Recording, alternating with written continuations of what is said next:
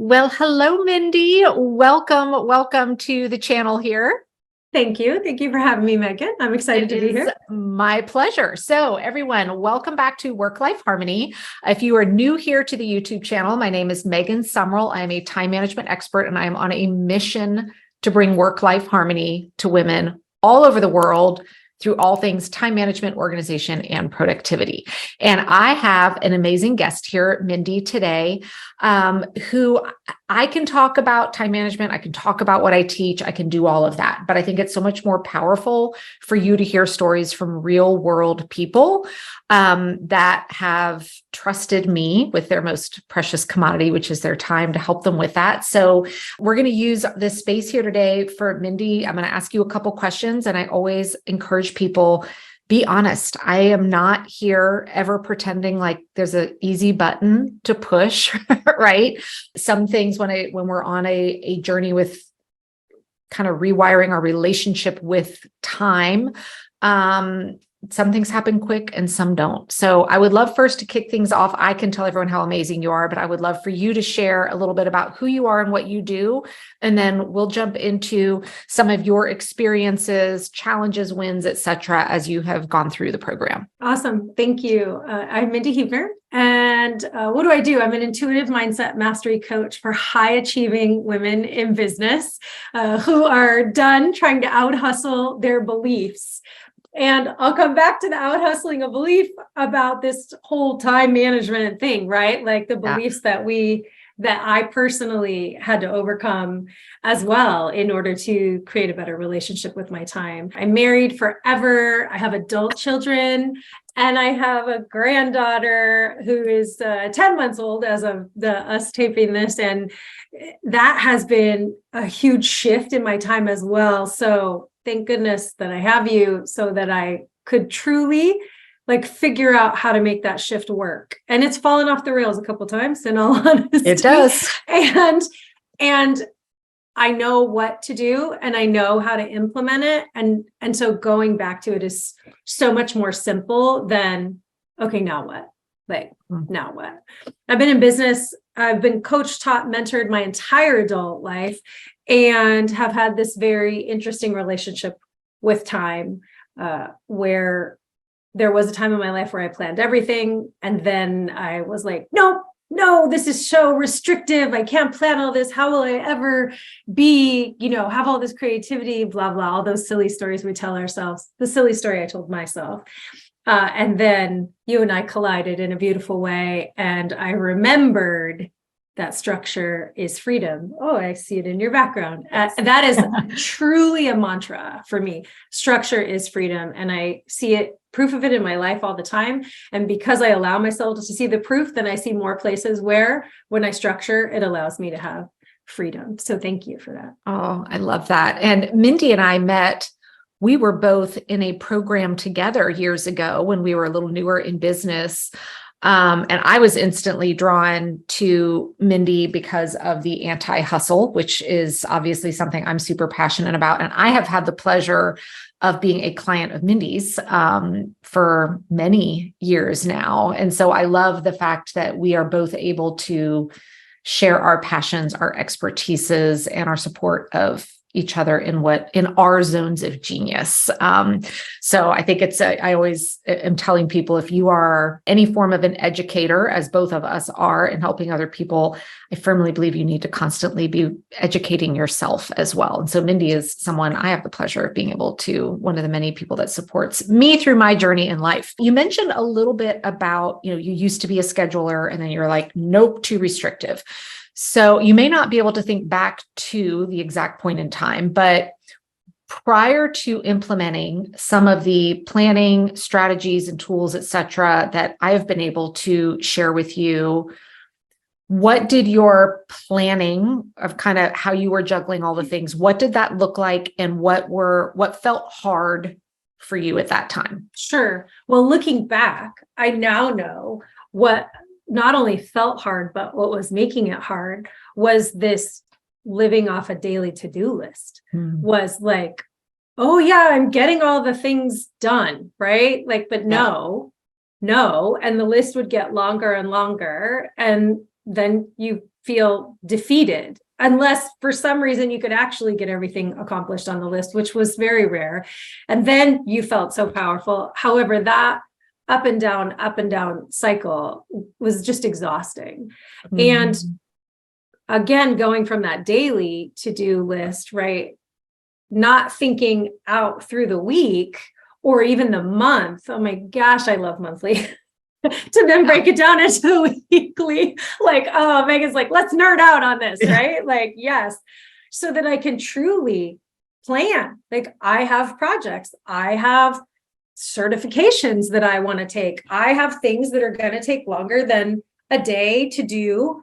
How do I realistically make sure that I am planning for this so that it's not last minute scramble? Because that is what I also, that last minute scramble of trying to fit all the things in. And I could just feel it like right here, right now, thinking about it, like, because even now, when I procrastinate or when I, am not perfect in my planning abilities, right? When I'm a human, exactly. When I'm a human, I go, oh, why did I do this to myself? I know better. And boom, I'm able to just shift right back into, okay, let's get focused. New week, right? New plan. Yep. Yeah. Awesome. What would you say have been some of the hardest kind of things to implement or habits to shift as you have, and I mean, it is a lifelong journey as you continue to fine tune how you are creating harmony in your life through juggling, like now you have a granddaughter and all of that. I'm going to go back to the to-do list mentality was one of the hardest things to just shift away from, like, well, and I've had like debates with my husband about it because he's a to-do lister. He doesn't do things like I do as far as like I'm taking a 4-month certification and doing those kinds of things. So he doesn't have that long-term planning that ever needs to happen. So he doesn't think that way, right? Really shifting from that to-do list mentality was difficult until it wasn't. It was difficult until I was like, okay, this is not, again, this is keeping me overwhelmed. This is keeping me feeling defeated. This is stopping me from truly having a plan. And once I realized that, I was able to shift out of the daily to-do list. And I love how you, though, also teach the little tasks, right? And I just did that reference to the top planner. I was like, the tasks that are at the bottom, right? So she's referencing the, we'll put a little sticker up in here too, but there's a little section at the bottom of the planner for any of the things that would fall into just, I got to get this done today. It'll take me a couple seconds. I don't want to forget about it. Yeah, exactly. So big difference between the tasks and a daily to-do list because of decision fatigue and those kinds of things. And the decision fatigue also prevalent for women. Really prevalent for women. And it was for me as well. And so that was the beauty also of not having to make so many decisions about where my time was going to go. So they were challenging until I was able to reframe and realize that this structure was going to give me way more freedom for more time in my week and really understanding. Another challenge until I put it into use was where's my unavailable time, not realizing that I had an unavailable time and thinking, oh, I'm opening up my calendar. Oh, look at all this time I have available in here. Haha. Like, no, that this is unavailable time. And so learning to put in the unavailable time was only a challenge briefly, but it was a challenge because I wasn't thinking about it. And then I was finding myself being under the gun because I wasn't thinking about the unavailable time. And when we talk about unavailable time, it's one of the steps that we learn to do with our weekly and monthly planning as well, where we're acknowledging I'm awake, I'm in motion, but things that would be on my plan or traditional to-do list aren't happening because, and for moms in particular, a lot of times it's those pockets of the day where we're in service to our children or our family, right? Or for you, maybe it's the 2 hours you're with taking care of your granddaughter. So it's time that normally wouldn't show up in our calendar per se, because it's not an appointment we're accountable with to someone else. So because it's not showing up on our calendar, we fool ourselves into thinking we have all this time but we don't. Exactly. Exactly. So good. So what tools do you use today to help you plan your time and to keep organized with all the things that are competing for your time? Well, I use a paper planner and I use a digital planner. I'm still between both. I'm hybrid as well. That serves me the best, I think. And I would love to streamline that even a little bit more. It'll come, right? To be a little more streamlined in that. Those are the two main sources that I use for those types of things. And then I use a task list as well. And I would say the tool I use is the weekly planning tool, the monthly planning tool, in order to make the actual planners work better, right? Like to make them work. So all of it, like all those pieces together. Perfect. And that's, again, people will assume that they're going to have to learn new challenging software or install all new apps it's up to everybody to decide for themselves which tools are going to best support their lifestyle, their needs. But that underlying process still of how we do the planning gets to be the same, regardless of what tools that we are using. So you mentioned that you wanted to circle back to your out hustling your beliefs. So what was the belief that you have had to shift for yourself? Huge, that planning and the structure was going to be restrictive for me, that it was going to not give me any spontaneity. At the time, when I leaned into this belief that this was the truth, I was doing a lot of past life blog writing, I wrote a long time ago.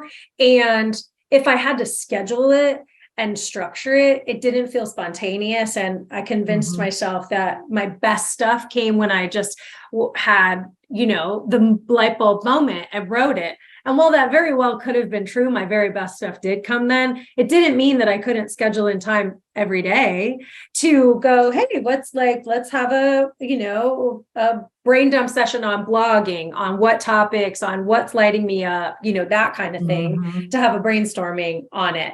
And I just convinced myself that couldn't happen that way. And therefore no plan was the best plan, right? Just having this wide open day that then really didn't get all the things accomplished that I wanted to get accomplished, and lots of overwhelm. And I love that you brought that up, because I think people that are more creative phases of life, whether it's, you are a true creative, maybe you're an artist, maybe you're a musician, maybe you are a content creator, but I think there is a belief out there that in order to stay creative, you can't have structure or discipline, like that it kills that. And I think I love that you brought that up and had that revelation for yourself, because if you were to go talk to any of the great musicians out there, right? Like true musicians, whether it's classical, rock, whatever. I mean, let's pick on Yo-Yo Ma, maybe just because I'm doing my cello stuff.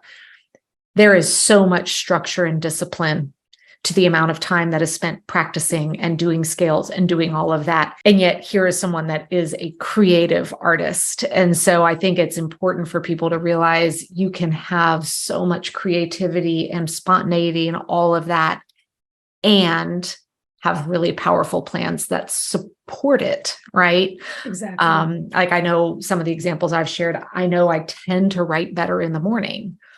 Well, then I lean into that when I'm creating my plans to reserve open space in the morning so that if it's hitting me, I cannot do it, instead of procrastinating, which is what I would have done before. Exactly. Same. And I thinking about the places where the things that go into our schedule that maybe aren't our favorite things, and yet they need to happen. I also love the just in case time that you've taught us how to do for when maybe I procrastinate life happens, right? Yeah. Or life happens. I see that, okay, there is a place like there's this time, so that it's not carried over to the next week, or it's not like this one more thing for me to feel weighed down by or anything like that. I really appreciate the proactiveness, the purposefulness, right? Like the top framework, the presentness, how you help us really figure all that out. Honestly, no matter who we are, because I know there are some people like, well, my schedule, it doesn't matter. Like you're the way you've created the framework, the support. I love to think about it as this beautiful like support system, right? Creating the container for success. The way that you've created it, virtually anybody could use it and implement it in their life, whatever their current commitments and unavailable time are.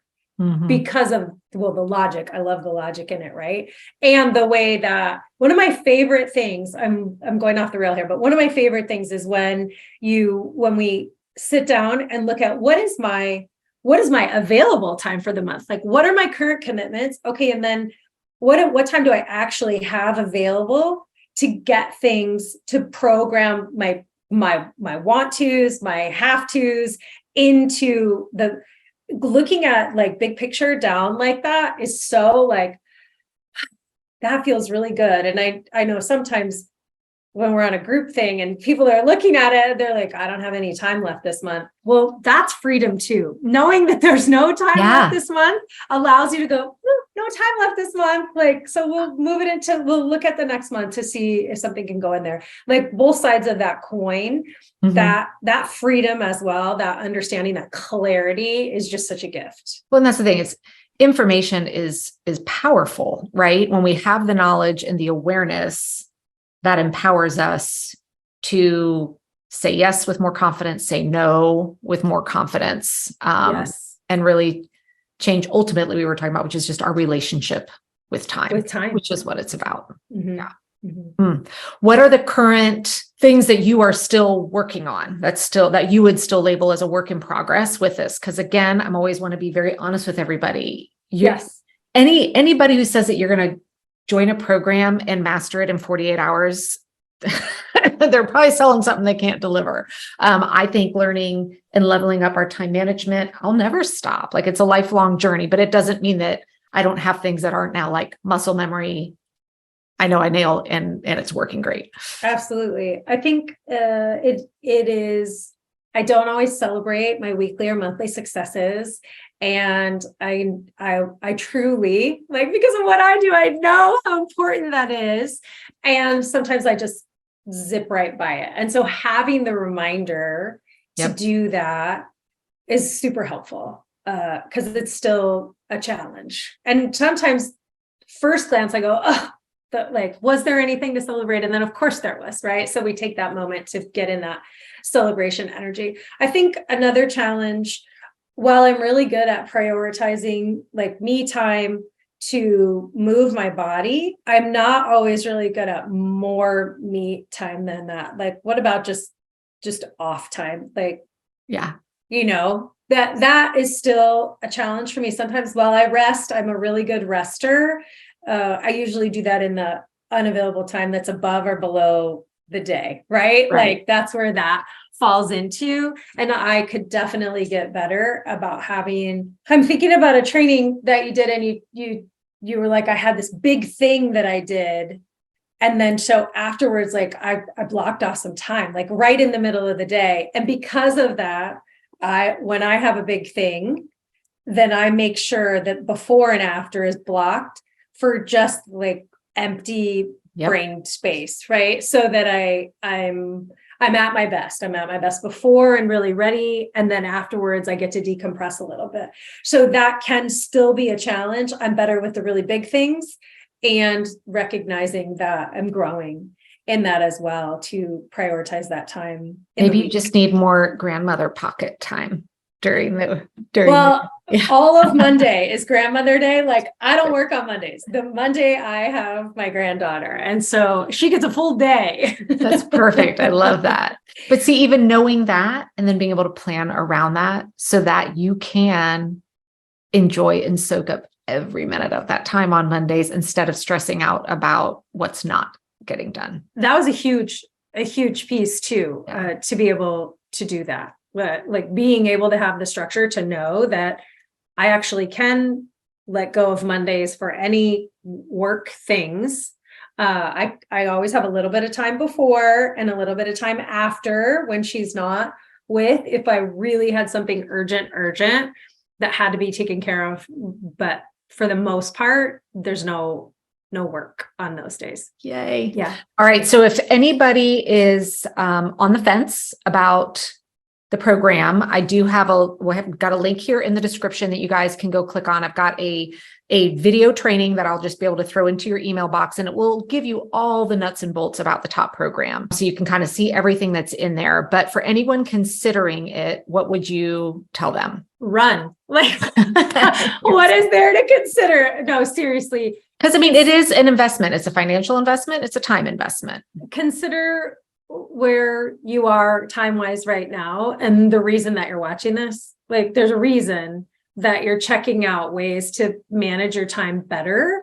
And the way that Megan does this is so much different than someone else's that you're going to see. And you're not in that cycle of day. You get this expansion is the only way, like you take this big breath for weekly, and then, monthly, if you move into monthly planning, but that weekly planning just allows you to just take a big old breath instead of that little hamster of daily things. So if you're ready to take a big breath, if you're over the hamster of daily, or whatever is stopping you from being more present, being more purposeful, right? Being more productive, you literally have nothing to lose. Thank you for saying that. And thank you for showing up and implementing what you're learning, because we can't have success by just learning. We have to actually put it into action. So thank you for doing that.